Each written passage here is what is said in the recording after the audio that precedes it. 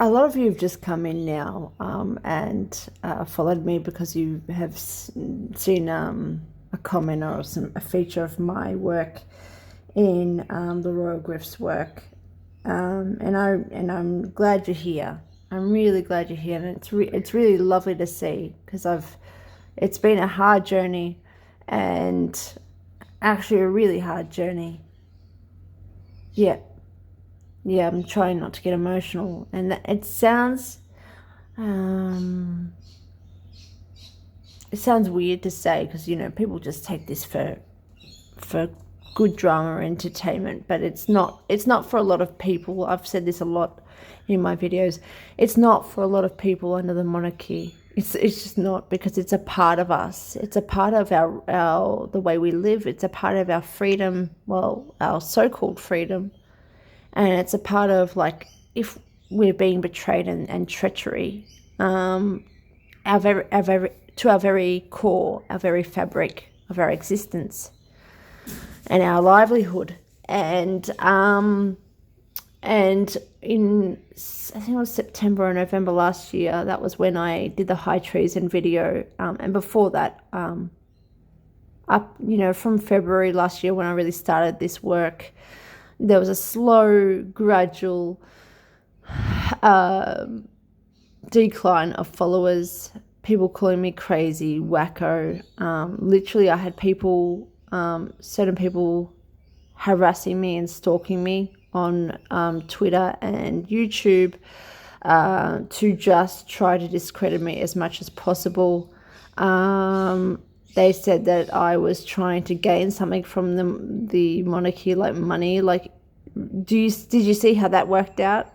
Like, they demonetized my YouTube. They suppressed all of the algorithms to do with my videos. I still don't even get notifications when people reply or comment. I don't get them on YouTube. I don't get them on here, on Twitter. My stuff, it just vanishes. People can't search for things. People can't find the history of my work. People are unfollowed or unsubscribed from my YouTube, and they haven't done anything, and then they'll find out that they haven't been subscribed for a long time, and they've just realized because they haven't seen any of my videos for a while. And on top of it, when I first started, I actually emailed anyone I could possibly, that I looked up to. I was very naive. I contacted the Royal Grift. This is in January or February 2023. I contacted Jesus, the body language guy. I contacted Lady C. I contacted Bauer. I contacted all their publishers. I contacted a number of people. I think Megan's Mole was trying to help me at the time. And slowly but surely, I mean, I've been blocked by almost every YouTuber on my social media. And they don't even know me. They don't even, I've just tried to get out, and because I officially, straight away, I wanted to either write a book and get it published, or do a series, like a Netflix series, if possible. I was trying to get to America and say, the truth needs to come out. Like, this is crazy. This can't be real. And people need to understand the truth, that this is. And initially, it was all to protect the monarchy. I was like, this is crazy. Like, they need to know. They need to know these things. And then slowly but gradually, when I think the Royal Grift, because I was still watching her at the time, when she did the security video about security and questioning the Canadian security and something like that, I was like, okay, there's more that I can find here. And so I researched, and that was when I found out that the security story was a complete construct and completely fabricated through evidence. And then from there, I just kept going down this whole, like, the suicide, the bullying, the Megxit, with the Queen and being really upset, and the Oprah interview, and all of it was just all constructed, and it went down this sharp decline, or sharp gradual decline in a way, just finding more and more. And then when it got to finding out that Todge and Nut have actually, through Archewell, paid a look, WEF is a new organisation. There are organisations behind it, and then there are bigger people and bigger systems behind that. So let's just say WEF, right?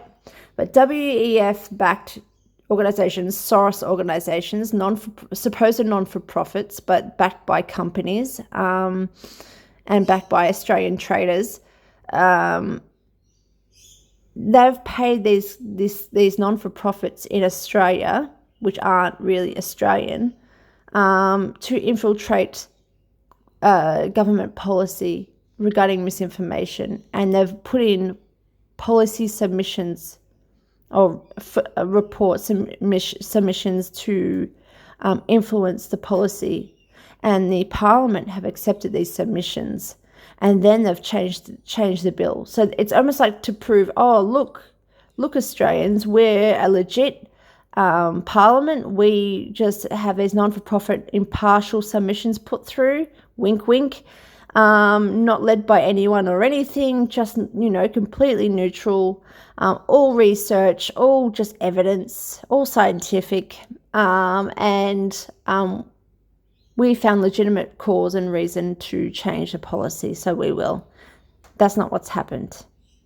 And we literally directly have an American idiot and an American shell charity infiltrate Australian policy with connected to our Prince and our Duke and our fifth in line.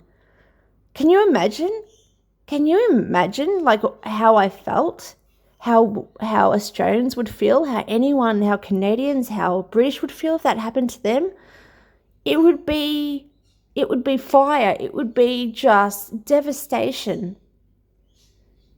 This is not gossip rags for people. This is everyone's, it's our lives. Do you know, in Australia and in any Commonwealth nation, do you know that we have is it a Governor General? I think it is. And that person is selected by the monarchy, and they can just kick any Prime Minister out if they don't meet their agenda. Do you know that? And we had Gough Whitlam in the 70s be kicked out, be forced out and forced to resign as Prime Minister by the monarchy. So you think that it's just the monarchy is just some, old tradition, some constitution. Well, no, this is all a cover, and this is what's happened. So we get to here, and I just really want to, the reason why I'm just giving you a bit of a background and context is because I've had two people, an American and an Australian, that I consider good friends now, loyal friends, but smart women, and women that, have always gone with their head, and they've stayed with me this whole time. And I've lost so many. I've lost, a lot of people following me, but also just the abuse I've gotten has been horrific, absolutely horrific. And I've had to take breaks from this because it's just been too much. And I have a life, and I have self-worth, so I need to just kind of get back to that. But there are two women that have been there for me, and I just want to have a shout out to them for everything that they've done for me. And it's hard to explain that and to send messages and be sentimental and really soft in a way, to just gotta give thanks all the time to these two people. But I really want to just have a shout out to them because I've really needed them to be around, and they've used logic. It's not just like this blind loyalty. They've used logic to support me. And one is Squid Ink. She's American, and she gives me insight that I never knew about. I never knew about like globalism connected to the monarchy at all when this first started. I was like, and I even said to her many times when she would send me posts, I was like, this is just too much for my head to get around at this point. I can't absorb this right now, and I can't really apply it and think about it. Just give me some time. And I really didn't even connect the dots there, and it took some time. And when it did, we've just been on the same page from then on. And she has done this post, and I'll just get to it in a minute. But the next person, which is right here, is Akarok. She's Australian, and she was just like you. She was just like, well, how's this possible and what's going on? And when I went through the christening photos, and that they were staged, and also that the copyright of the photos were Sussex Royal, and that even though the monarchy was posting these photos, that these photos were Sussex Royal, which was really, really suspicious. We broke that down and debunked it. And when I debunked that with her, she was just like, holy fuck, she was just like, oh my God, like, okay, oh wow. So it clicked with her that the monarchy was in on this, and that it wasn't just, they're just, whoopsie daisy. They were blinded, they were manipulated, they were bribed, they've been innocent, they just didn't know, they were never told, they were lied to. It was they were actually complicit. And these two women have always brought insight where I haven't had it. And some things I disagree with, some things I agree with, and sometimes we just talk, but we keep it open and we keep it civil and respectful. And I think that's the way you've got to learn and grow. And I just want to give a massive shout out to these two women, these amazing, incredible women in their own right, and have amazing intellect. I really thank them from the bottom of my heart. So this comment was just from was in response to my last video about the part 2 of I think it was part 2, or maybe that was part 1 of the scrubbing for credibility. So regarding the soap dish commercial, and how Linda Allaby of Nick News, that presenter, was lying through her teeth, and a part of the whole fraud. And Squid Ink has said that she's an asset working a CIA, I'm sure a CIA asset, working for CBS, a part of the Mockingbird propaganda arm of Intel Ops, which is mind-blowing. I wouldn't know this. This stuff is American stuff. I just wouldn't know that much about all of this. I know Mockingbird, the Mockingbird propaganda, and I know much about the intelligence, but I don't know that sort of stuff. And this is amazing. NBC News, with a brief stint at ABC. She began as a news reporter, as most intelligence do. They're pretend journalists, like especially in BBC. Lord Rees-Mogg was a journalist for BBC. Wink, wink. Really amazing stuff. I think I responded here. If you know about Gloria, that Gloria woman that Nutt's been associated with, she's also an agent, an intelligence agent. She was all a part of the feminism and Black Lives Matter back in the 60s and 70s or whatever. She's a complete intelligence operative. And so just imagine that nuts being surrounded by these sorts of women. Hillary Clinton, Gloria, whatever the hell her last name is, and Linda Allaby. Now, you could talk about it only being CIA, but that isn't really, that doesn't make much sense of infiltrating her own country with CIA.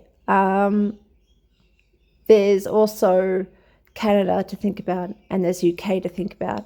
And then you think about the suppression of all of this true information, which would be global, which would be in Australia too. The truth has been completely suppressed and no one talks about the truth. So this is a global operation. So CIA is nothing compared to this entire operation and what's going on here. But you've got these agents all around her. It's a very, very interesting thought.